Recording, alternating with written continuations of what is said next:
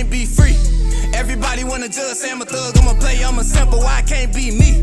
When I walk up in the store, all the Karens get to staring at me. Put my heart in my music, it's still on my sleeve. Everybody been portrayed. So fam, what's the word? It's your boy Spiritual Trey, and that is now episode 87 of the Soulful Thoughts blog.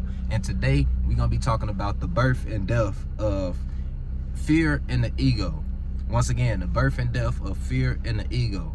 Now, before we dive in, don't forget to like and subscribe if y'all want to see y'all boy in the algorithm. Let's dive into it. Now, before we talk about the life and death of fear and the ego, let's talk about the definitions of these terms. So what is fear? According to Google, fear is a reactionary emotion that is caused by the perception that something or someone is dangerous. So the reactionary emotion that spurs up when we perceive someone or something that's dangerous is what we call fear, right? And what is the ego? The ego is basically the pride we take in whatever character we present to the world, right? Right. So let's break this down. How does fear and the ego come into existence?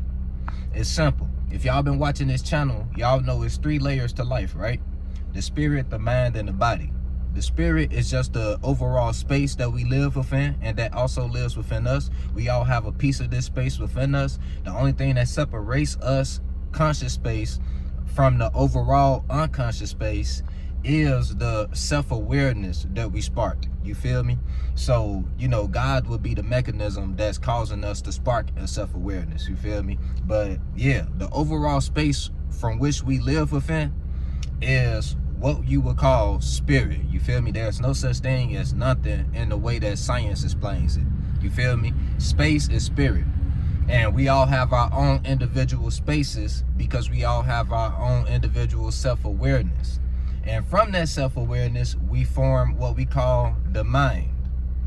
And the mind condenses into the body, just from adrenaline being focused in specific areas of the body. You feel me? Like if you focus on your root chakra area, you will start to get aroused and you will start to feel blood flow within your private regions. You feel me? And that's when you get horny and stuff like that. So that's just a small example of how thoughts and feelings can condense into blood flow. So the point is, we as spirit create the mind, and the mind condenses and forms the body. Condenses into and forms the body. You feel me? So boom. How does fear and the ego come into existence? Okay, so let's start with the ego. The ego, like I said, is the pride that we take in the character that we form, right? Pride is a deep satisfaction or a deep pleasure with one's achievements, or with one's validation that it may receive, right? That's what pride actually is. So you develop pride, this attachment to your character, by self-identifying with it. When you self-identify with your personality, you begin to create a certain attachment to it that we call pride, and this attachment forms what we would call the ego. And the more that you identify with the mind, the more that you identify with your character, the stronger your ego will be. And the more defense mechanisms that you will put up to protect this character. This is where fear comes into play, because when those defense mechanisms that you put up to protect the image of your character, fear comes into play because you don't want anyone to get past those defense mechanisms, right? And see you for anything that you don't want to be seen as. So with the mind comes life and death, right? Because every mind must aspire. When we die, we shed our minds, our current mindsets that we have, and we go form new minds. It's supposed to be newer, greater minds, but depending on the abilities you may have learned in life, or the lack of abilities that you attained in life, you may create a version of your mind that's very similar to your past life mind. But the reason you won't remember that past life is because it is a new mind that you are operating. Sorry, y'all, I got a call, but it is a new mind that you are operating within, which is why it is so difficult for us to remember our past lives. So the mind has an expiration date. And when you identify with the mind, you come up with the illusion that you as a spirit also have a expiration date. So this is what comes, with this comes the fear of death, or the fear of the destruction of the ego. And all these things come to intertwine to where it creates certain certain coping mechanisms, or certain things you do to enforce the boundaries that you have built to protect the ego, and and to not feel the fear of the destruction of the ego. You feel me? So how do we solve this problem? How do we get to a point to where our life is not run based off of fear and ego? It's simple. I pretty much already put the answer into the video, right? Because all of this comes from us as spirit identifying with our creation, which is the mind. Remember, when a creator identifies with creation, that leads to self-destruction. When you tap into when you stay present and presently in the mindset that you are the one that you feel that is actually watching and observing your thoughts and feelings, you won't get lost into every quick impulse reaction. Because now at this point, if you're watching this video and you feel me, you've already built certain mental patterns and certain mechanisms that's going to be hard to break out of, right? So you have to tap into the place of presence to where you're actually watching your reactions and not identifying with them. And you do this by meditating a lot more often. And just like I said in my last video, you have to master tapping into the silence or the sounds within whatever environment that you are in at the moment. Because this puts you in almost like a God state to where you're observing your environment as opposed to reacting to it. You feel me? It's all about tapping into the higher observer mindset.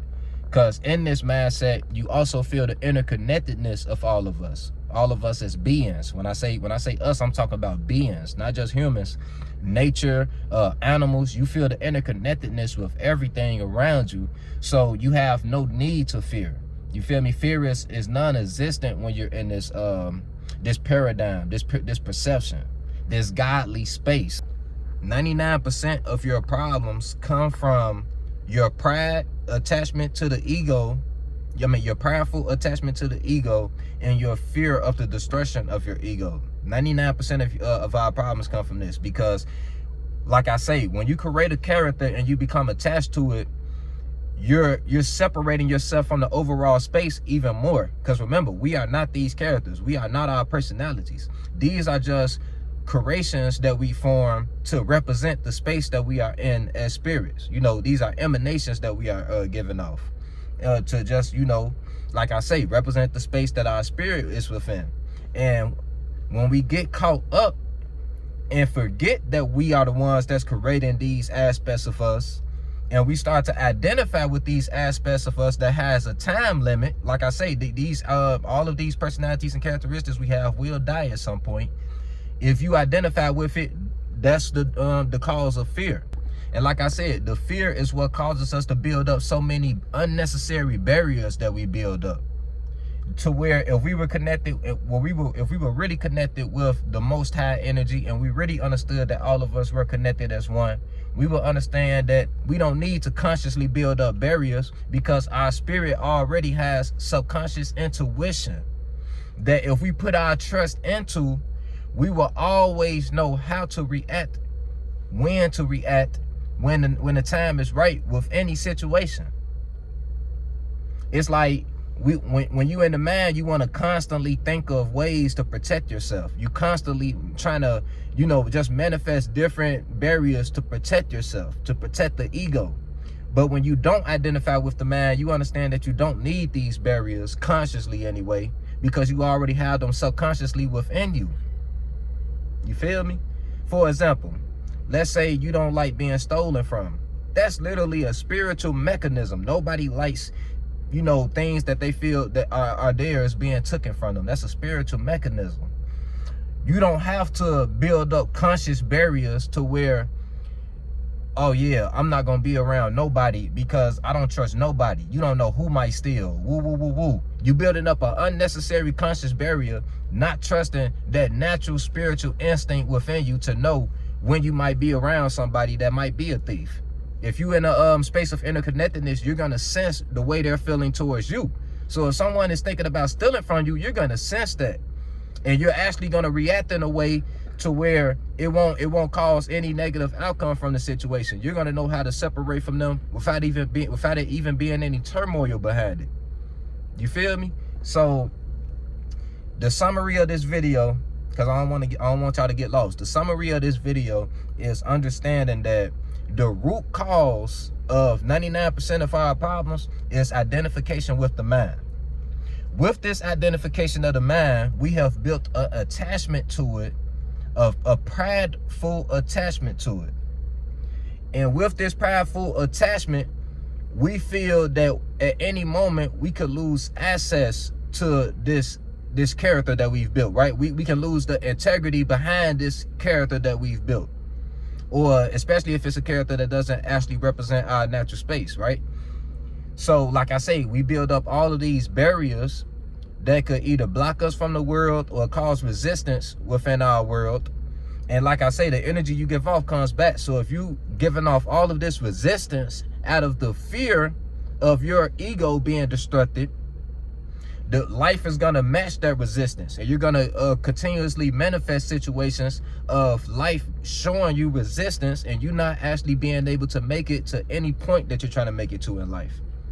You feel me? So in order to free yourself from the mind, you have to free yourself from the identification with your mind. Know that your reactions are not you. These are mechanisms that you have created over time just from going through experiences and creating conscious barriers and shit like that have melted into your subconscious in unhealthy ways. And look, this is not to demonize us having personalities and loving our personalities. There's nothing wrong with that, because like I say, your character is supposed to represent the space that your spirit is within. It becomes a problem when you're creating characters based off the validation that you want from others, or if you creating such an attachment to that character that you feel the fear that character can be exposed, or you can be exposed for not actually having that character, or whatever the case might be. All these things come from making false characters anyway. You know, a lot of the times we make false characters off the environments that we around, just from the influences of our environment. And these false characters is what cause all of these false energies, such as fear, because you have fear of being exposed of that not really being you. You feel me? And even if your character is a true representation of the space that you are in as a spirit, don't forget that that's still your creation. That is not actually you. That's just the closest representation to what you are. You feel me? Always keep that, keep that slight separation of understanding, and you will stay connected with the overall understanding, the overall space, the overall, what you guys would call God that we live within. It's your boy Spiritual Trey signing out. Love you, family. Remember, you are not your mind. You are the spirit that's forming and creating your mind, forming and creating your character. So don't let your attachment to the to character form an unhealthy ego, which can lead to unhealthy fear, because there is a such thing as healthy fear. Fear can be a signal that can change your life. But healthy fear comes from, your natural instincts, your most inner natural intuition. That's where the healthy fear come from, because you might sense danger coming your way, and then boom, that's healthy fear. But when you have fear of being exposed, or fear of death, or anything like that, you are identifying with the mind at that point, and you have become completely separate from God. You feel me? I hope that makes sense, family. It's your boy Spiritual Trey signing out. Love you. On the beat, start preaching. Feel no evil, see no evil, but peep it. I don't aim for the stars, I want leeches. And the snake spawn, I'ma kill the whole species. Rest in peace to all the peaceful preaching. The youngest wildin', but they say they evil, that's kinda reaching. Who really controlling the way you thinking? Find the truth.